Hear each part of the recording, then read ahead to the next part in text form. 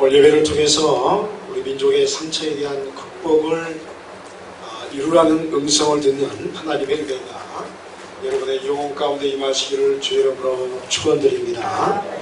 우리는 매년 이맘때가 되면 남북의 전쟁에 대한 이야기를 떠올리게 됩니다. 그리고 다음과 같은 사항들을 항상 우리가 기억할 필요가 있습니다. 1950년 6월 25일 북한에 의해서 전쟁이 시작됩니다. 남침을 하였습니다.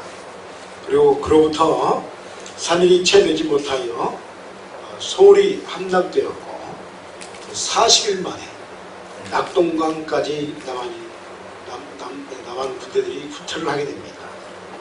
그리고 유해군 참전이 1950년 9월 15일에 하게 됩니다. 1950년 9월 15일 인천 상륙 작전이 메가더 장군에 의해서 성공하게 됩니다. 이를 통해서 압록강, 두만강 부근까지 남한 군대가 진격하게 되었고 이제 전쟁이 끝나나 보다 하는 이제 아주 기쁜 마음이 있었습니다. 그런데 그때가 1950년 10월 26일의 사건입니다. 근데 전쟁이 다 끝날 것 같았는데 1950년 11월에 중공군이 100만 명 이내의 전술로 다시 쳐내려오기 시작했고 지금의 휴전선까지 내려오는 일들이 있게 되었습니다. 치열한 전쟁 속에서 1953년 7월 27일에 판문점에서 휴전협정이 맺어짐으로써 6.25 참변이 잠시 멈추게 되었습니다. 그러나 여러분 전쟁이 아직 끝난 게 아닙니다. 휴전하고 있는 것입니다. 그래서 아직 전쟁 중인 나라가 우리나라입니다. 그러므로 지금까지 우리 민족은 전쟁이 끝나지 않은 상태에서 끊임없이 통일을 염원하고 있고 우리 기독교도 끊임없이 하나님 앞에 통일을 달라고 기도하고 있습니다. 올해 2020년은 전 세계가 팬데믹이라는 사태를 맞이하게 되었습니다. 중국 우한에서 시작되는 코로나19 바이러스에 의해서 모든 것이 멈춰버리는 일들이 일어나게 됩니다. 그리고 동시에 미국의 세계 경찰관이라는 지위를 내려놓겠다는 사상 초유의 사태가 일어났고 또 우리나라는 또 특별히 또 일본과의 무역 갈등 또 중국과 러시아의 복잡한 정치적 관계 속에서 북한의 핵무기의 문제가 이 한반도의 긴장을 계속 일으키고 있습니다. 또 이번에 북한이 또 이상한 짓을 해서 또 우리가 아주 전쟁 국면 비슷하게 긴장을 하고 있는 것을 보게 됩니다. 우리는 이런 암울한 상황을 6.25 전쟁 이후로부터 지금까지 계속해서 맞닥뜨리고 있습니다. 그렇다고 우리 민족이 지금 이 상태로 우울한 말을 이야기할 수 없는 또 상황입니다. 세상은 지금 다변화의 시대를 살아가고 있습니다. 영원한 우방국도 영원한 천국도 없는 세대를 맞이하면서 우리 스스로가 어떻게 민족을 지켜낼 수 있을 것인가에 문제가 큰 화두로 떠올랐습니다. 영원한 우방국이라 생각했던 나라들이 갑자기 이게 우리가 상상할 수 없는 것을 요구를 하고 또 적국이라 했던 나라와 무역을 하고 너무너무 복잡한 그래서 우리가 지금까지 경험하지 못했던 일들이 우리 안에 지금 국제정세 속에서 이루어지고 있습니다. 그래서 여러분 이 나라 민족이 힘을 얻어야 할 줄이 있습니다. 국방이 튼튼해야 되고 정치가 힘을 얻어야 되고 온 민족이 이 백성들이 하나 되어야 할 줄이 있습니다. 하나가 되어도 이길까 말까 하는 문제이기 때문에 그렇습니다. 다만 우리가 또 한 가지 위로를 얻는 것은 2020년도에 우리나라의 국방력을 살펴보니까 세계 6위에 랭킹이 되었습니다. 여러분 우리나라 국방력이 6위입니다. 엄청나죠? 세상에. 예전에 소중한 자리로 싸웠던 6.25 때 그 아무것도 없던 나라가 세계 국방력 6위를 가지고 있습니다. 그리고 북한이 보니까 18위를 갖고 있습니다. 전쟁 후에 6.25 전쟁 후에 북한이 압도적으로 이 전쟁의 물자가 많았기 때문에 우리보다 더 강한 국방력을 가졌다고 이야기했지만 지금은 한국의 국방력이 더 강해져서 그 어떤 나라도 무시할 수 없는 아주 강력한 힘을 가진 민족이 될 줄 믿습니다. 이게 하나님의 복주심의 역사인 줄 믿습니다. 다만 아무리 강한 군사력일지라도 핵의 문제 앞에서는 이게 아무런 소용이 없는 상황입니다. 북한은 핵을 가지고 있고 우리 남한은 이제 6이지만 이 핵의 문제를 억제할 수 없는 그러한 이제 난점을 가지고 있습니다.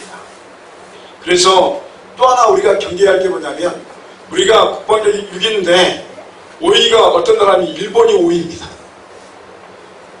놀라운 일입니다. 이 다른 나라를 침공할 수 없는 나라지만 그래서 자꾸 그들이 헌법을 바꾸려고 하잖아요. 그 국방력 5위가 일본이고 6위가 우리나라입니다. 우리가 이것도 간과해서는 안 됩니다. 왜냐하면 우리가 북한과도 우리가 싸우고 있지만 우리의 또 상당한 영원한 적은 또 일본입니다. 그래서 요즘에 독도의 문제도 나오지만 요즘에 다케시마가 아니고 뭐죠? 대마도가 원래 우리나라 땅이잖아요. 그러니까 그 나라의 우리나라 땅이라고 이제 창원에서 창원시청에서 이렇게 발표를 해가지고 또 그 운동이 일어나고 있습니다. 여러분 대마도도 찾아야 할 줄 믿습니다. 대마도 원래 우리나라 땅입니다. 그러니까 그 전쟁이 지금 또 제주도 밑에 또 우리 또 석유가 매장되어 있는 천연자원이 매장되어 있는 그 바다의 땅도 지금 싸움을 일으키고 있습니다. 그래서 여러분 우리가 기도해야 할 걸 하나님 이 민족에게 힘을 더하여 주시옵소서. 기도해야 할 줄 믿습니다. 힘이 없으면 우리가 다 지켜내지 못하는 것입니다. 이런 위기 상황 속에서 오늘 말씀은 우리에게 숨어 지내는 민족이 되지 말 것을 우리에게 명령합니다. 오히려 우리의 문제를 가지고 하나님 앞에 나와서 내놓아야 함을 강조합니다. 그렇다면 호국 보훈의 달에 우리는 본문의 말씀에서 어떤 태도를 가지고 이 민족을 이끌어가는 교회가 되어야 할까요? 여러분 지금까지 교회가 이 민족을 이끌어온 줄 믿습니다. 여러분 민족의 독립도 그리스도인들을 통해서 독립이 이루어졌습니다. 그리고 한강의 기적도 우리가 기도하면서 예배드리면서 교회의 부흥과 함께 이 민족이 이루어진 줄 믿습니다.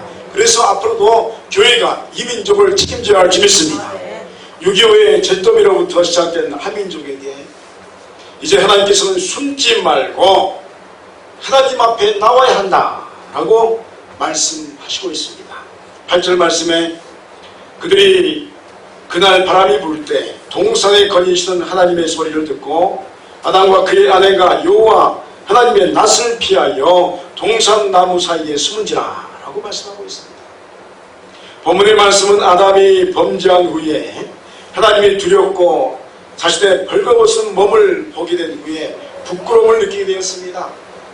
그래서 무화과 나무의 잎으로 치마를 해입고 동산 나무 사이에 숨은 이야기가 오늘 본문에 그려져 있습니다. 이 말씀은 물론 원죄를 지은 인간의 본질적인 모습이 잘 표현되고 있습니다. 그러나 동시에 이 동산 나무 사이에 숨은 아담의 모습은 부끄러움과 수치심을 느낀 인간이 아무도 보지 못한 곳에 숨어서 지내려는 모습을 또한 표현하고 있다 해도 과언이 아닙니다. 사람은 부끄러움이 있으면 숨으려고 합니다. 수치가 있는 사람은 항상 숨으려는 성향을 보입니다. 이런 의미에서 한민족은 민족 간의 총칼을 들고 전쟁을 치는 부끄러움을 가지고 있습니다. 그것을 우리가 부인할 수 없습니다. 형제와 형제가 싸웠습니다. 사상의 싸움 전에 한 핏줄이 싸웠습니다. 그리고 지금도 이 역사는 계속되고 있습니다. 그래서 어떤 면에서 우리들은 부끄러움과 수치심을 가진 민족이라 말할 수도 있을 것입니다.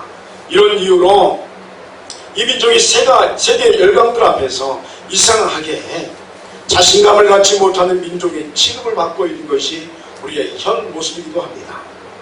그런데 지금 바람이 불기 시작했습니다. 한번 들어가겠습니다. 지금 바람이 붑니다. 할렐루야. 무슨 바람입니까? 이 바람은 하나님께서 동산을 거니실 때 일었던 바람이지 않을까 하는 생각을 해봅니다. 세상을 뒤엎을 정도로 세상의 모든 것을 멈추게 할 정도로 강력한 바람이 온 세상에 불었습니다. 이 바람은 어떤 면에서 참 아이러니합니다. 좋은 것은 아닌데 아무튼 바람이 불었습니다.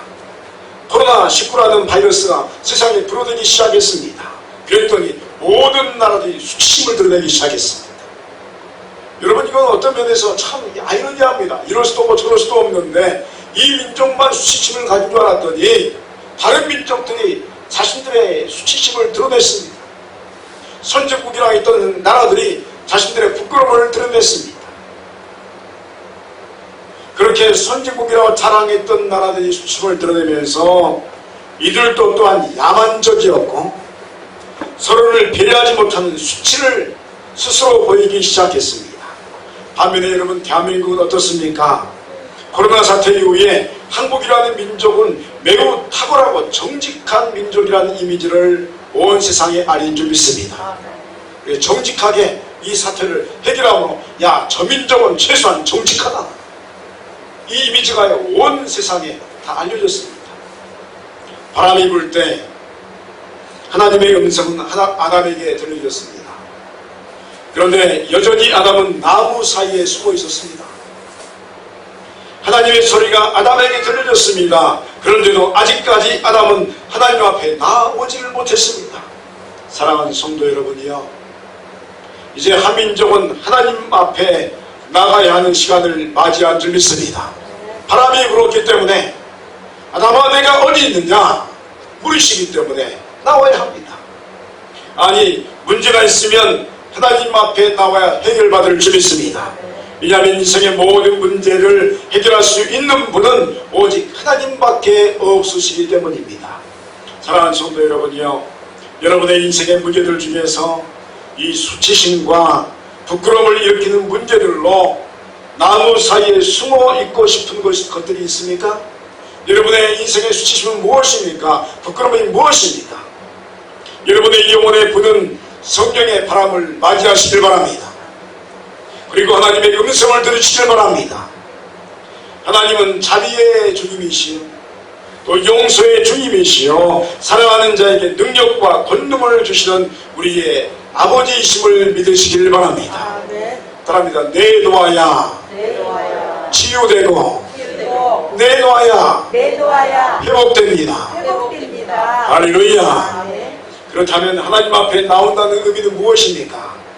그것은 우리 자신의 깊은 상처를 주님 앞에 드러내놓는 것을 의미합니다. 9절 말씀에 여호와 하나님이 아담을 부르시며 그에게 이르시되 내가 어디 있느냐 라고 말씀하고 있습니다. 하나님은 이 민족을 향하여 내가 어디 있느냐 물으십니다. 그리고 한국교회를 향하여 또한 말씀합니다. 내가 어디 있느냐. 여기서 우리가 한 가지 기억해야 합니다. 한국교회는 누구입니까? 바로 여러분이 한국교회인 줄 믿습니다. 할렐루야. 저와 여러분이 한국교회입니다. 한민족은 누구입니까? 바로 우리가 한민족인 줄 믿습니다.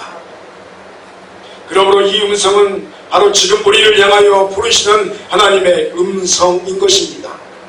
하나님께서 왜 이렇게 애타게 우리를 부르시는 것일까요? 그것은 우리 안에 해결하지 못한 수치와 상처의 문제를 그대로 두면 큰 병이 나기 때문입니다. 방치하면 죽음을 맞이하는 것입니다. 제가 일정에 저희 동네 뒤편에는 이렇게 대나무를 많이 심었었습니다. 저희 고향이 평야인데, 호남평야입니다. 평야 끝이 안 보입니다. 그런데 우리 마을의 그 평야 중심에 조그만 야산이 있었습니다. 그래서 야산이 이렇게 둥그렇게 둘러싼 그 야산 주위로 마을이 형성이 되었었는데, 이 산과 마을 사이에 대나무들을 많이 심어놨습니다. 어릴 때 대나무 숲에서 참 많이 놀았습니다. 그래서 열심히 놀고 있는데 어느 날 이렇게 붕 뛰었는데, 다 발을 디뎠는데 뭐가 내 발바닥을 푹 뚫고 들어와요. 대나무를 이렇게 잘라놓은 그 부분이 발바닥으로 뚫어버렸어요. 이거 얼마나 깜짝 놀랐던지. 그때 제가 또 등치가 커가지고 그냥 몸무게가 많이 나갔어요. 그래서 뛰었는데 그냥 사정없이 내 발등까지 막 뚫어져 나온 거예요. 깜짝 놀래가지고 이제 큰일 났다 싶어가지고 친구들도 놀래고 나도 놀래고, 그리고 제 마음속에 이제 집에 가면 죽었다 이 생각이 드는 거예요. 집에 가면 죽었구나 이제. 이게 좀 부잡스럽게 놀지 말고 이제 점잖하게 놀아야 되는데, 그냥 예전에 우리 어렸을 때 막 칼싸움도 하고 막 그랬거든요. 동네 뒤에서 토끼도 잡고 막 그러다 보니까 너무 좋아서 막 뛰었는데 그냥 대나무가 내 발등을 뚫을 줄 어떻게 알았어. 그런데 이게 이제 집에 들어가면 어떻게 해? 혼나니까 가기도 싫고, 내 친구들이 너 안 된다, 집에 가야 한다, 큰일 난다, 죽는다 해가지고 죽는단 말이지. 어쩔 수 없이 집으로 갔어요. 갔는데 혼날 줄 알았는데 혼내기는커녕 난리가 났습니다. 발이 이제 이렇게 막 피가 막 계속 흘러나오니까. 지금 돌아가신 제 할머니께서 이제 그 민간요법으로 뭘 해요. 처음 왔어요. 옛날에는 약국이 별로 없었잖아요. 약국가도 한참 가야 됐거든요. 그러니까 그냥 뭘 민간요법으로 하는데, 그리고 나서 불을 태워가지고요, 피부든 뭐에 불을 태워가지고 막 내 발을 지지는 거예요. 그런 거 처음 봤어요. 그래서 놀래가지고 그렇게 피가 멎었어요. 그러면서 혼낼 줄 알았는데 혼내지 않고 치료를 해주시는 부모님, 할머니를 바라보면서 되게 미안했던 기억이 있어요. 지금도 그 기억이 있어요. 근데 조금만 놀걸, 붕붕 뛰지 말걸, 그런 생각도 지금도 있어요. 그런데 만약에 그때 만약에 제가 그 상처 때문에, 또 혼날 것 때문에 만약에 집에 가지 않았으면 어떻게 됐을까요? 생각하기도 끔찍한 겁니다. 다리가 없어지거나 아니면 죽었을 겁니다. 그런데 그걸 내놓으니까 어떻게 합니까? 어떻게든 치유를 한 것입니다. 회복을 시킨 것입니다. 여러분, 몸이 아프고 상처가 있으면 어떻게 해야 합니까? 그 상처를 가지고 치료할 수 있는 곳으로 나와야 할 점이 있습니다. 상처가 아프고 자신에게 수치를 준다고 해서 그것을 감추면 후에 큰 병이 생기게 된 것입니다. 하나님 앞에서 민족의 문제도 마찬가지입니다. 우리의 아픔을 하나님 앞에서 숨길 필요가 없습니다. 기독교가 일제강점기일 때 여러분이 신사참배했습니다. 우상숭배했습니다. 그리고 많은 교회 지도자들이 이걸 감추고 싶어 했습니다. 그러나 여러분, 그렇게 해서는 안 되는 것이었습니다. 회개해야 됐습니다. 한참이 지난 뒤에 최근에 우리 기독교의 원로분들이 회개하기 시작했습니다. 우리가 회개합니다. 그때 주동했던 분들이 있습니다. 지금 돌아가신 분도 계시지만 우리가 우상숭배했습니다. 신사참배했습니다. 회개했습니다. 하나님께서 그 회개를 받으신 줄 믿습니다. 아멘. 드러내놓아야 하는 것입니다. 부끄러운 것은 내놓아야 하는 것입니다. 여러분, 그 일 때문에 우리 기독교에 얼마나 많은 상처가 있었습니까? 분열이 일어났습니다. 통합식 활동직이 갈라졌고 기장이 갈라졌고, 똑같은 장로회 안에서 얼마나 많은 분파가 우리는 우상 숭배한 사람과 같이 할 수 없다 해서 싸우기 시작했습니다. 여러분, 그때 회개하고 잘못했다고 했으면 하나님이 얼마나 기뻐하셨을까요? 이와 같은 분열이 없게 되었을 믿습니다. 그런데 분열이 생긴 겁니다. 하나님께서 가장 심한 분열이 생겼습니다. 여러분, 우리 기독교가 앞으로 이런 일이 없도록 우리의 상처를 하나님 앞에 드러내야 할 줄 믿습니다. 회개하고 하나 되어야 할 줄 믿습니다. 여러분, 가정의 상처도 마찬가지요. 개인의 상처도 마찬가지입니다. 하나님 앞에서 수치와 부끄러움과 상처를 하나님 앞에 드러내야 할 줄 믿습니다. 여러분, 사람 앞에 드러내는 게 아닙니다. 하나님 앞에 드러내야 하는 것입니다. 왜 우리는 이렇게 드러낼 수 있습니까? 그것은 예수 그리스도의 십자가의 보혈 역사가 이 회복의 역사를 위해서 우리에게 허락되었기 때문입니다. 그러므로 나라든 민족이든 교회이든 가정과 개인이든 모든 문제를 주님 앞에 가지고 나와야 할 줄 믿습니다. 치유되고 회복돼야 건강하게 되고, 건강해야 다른 일들을 도모할 수 있게 되는 것입니다. 오늘 6.25의 아픔을 가진 한민족과 함께하는 우리에게 주님께서는 십자가의 자리로 우리를 부르기 시작하십니다. 하나님께서 부르시면 우리는 응답해야 합니다. 한번 더 하겠습니다. 부르시면 응답해야 합니다. 할렐루야. 아멘. 이 응답이 우리의 사명인 줄 믿습니다. 하나님이 부르셨기에 응답하는 것입니다. 응답은 순종하는 것이요, 또 이 순종은 부르신 말씀에 대한 사명을 감당하는 것입니다. 10절에 이르되 내가 동산에서 하나님의 소리를 듣고 내가 벗었으므로 두려워하여 숨었나이다 라고 말씀합니다.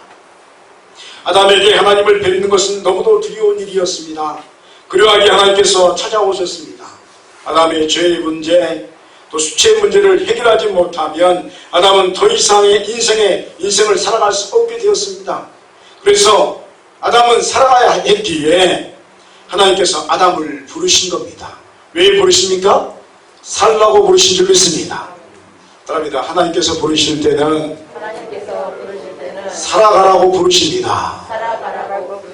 할렐루야. 여러분 이 자리에 예배 자리에 나온 여러분을 향해서 하나님께서 부르신 이유가 여러분이 살라고 부르신 줄 믿습니다. 예배 자리에 나온 영혼은 살게 될 줄 믿습니다. 왜냐하면 살기 위해서 부르신 거기 때문에 그렇습니다. 부르심에 응답하면 살 길이 보여줄 줄 믿습니다. 아담을 향한 부르심은 절망 속에 생명을 유지시키는 부르심이었습니다. 그러나 지금 이 시대에 우리를 향한 부르심은 치유와 회복을 위한 부르심이요 능력과 권능을 주시는 부르심임을 우리가 알아야 합니다. 마태복음 10장 7절 8절에 가면서 전파에 말하되 천국이 가까이 왔다 하고 병든 자를 고치며 죽은 자를 살리며 나병 환자를 깨끗하게 하며 귀신을 쫓아내되 너희가 거저 받았으니 거저 주라 라고 말씀하고 있습니다. 예수님의 이 말씀은 열두 제자들을 이스라엘 각 지역에 전도할 수 있도록 파송하시면서 이제 이스라엘 백성들을 다시 불러 모으시는 하나님의 역사를 능력과 권능으로 선포할 것을 명령하시는 말씀입니다. 전도할 때 그냥 보내신 게 아니라 능력과 권능을 주어서 보냈습니다. 하나님 나라가 임하였다 라고 말합니다. 아담을 향한 부르심은 수치를 덮는 정도의 차원이었다면 예수 그리스도를 통해서 우리를 부르시는 역사는 수치를 벗어나 모든 것을 회복시키시는 하나님 나라의 회복을 명하시는 부르심을 믿으시길 바랍니다. 그리고 이게 능력을 주시는 겁니다. 회복시키라 하는 것입니다. 그러므로 여러분이요 오늘 여러분을 향하여 하나님께서 예수 그리스도의 이름으로 부르시는 이 부르심에 응답하시길 바랍니다. 예수 그리스도께서는 십자가에서 죄와 사망의 권세를 깨뜨리시고 승리하셨습니다. 죽음이 사라졌고 또 지옥의 권세가 더 이상 쓸모없게 되었습니다. 상처의 문제와 수치의 문제는 이제 예수 그리스도의 십자가의 복음 앞에서 아무것도 아닌 것이 되었습니다. 그러므로 여러분이요 예수 그리스도의 이름으로 여러분의 수치와 상처의 문제를 가지고 나오시길 바랍니다. 주님께서 회복시키시는 그 회복된 심령의 능력과 권세를 더해 주시기를 믿습니다. 이 민족을 위해서 예수 그리스도의 이름으로 부르짖으시길 바랍니다. 수치와 부끄러움과 한이 많은 민족의 능력과 권세를 바라는 하나님 나라를 대표하는 민족으로 이 부르심을 통해서 우리가 거듭나게 될 줄 믿습니다. 오늘 우리는 우리의 민족을 향한 사명은 예수 그리스도의 이름으로 부르시는 능력과 권세를 통해서 하나님 나라를 성취하라는 말씀에 응답하는 것에 있는 것을 알게 되었습니다. 우리의 기도와 작은 몸부림을 통해서 하나님 나라가 이 민족을 통해서 이 땅과 온 세계에 이루어지게 될 줄 믿습니다.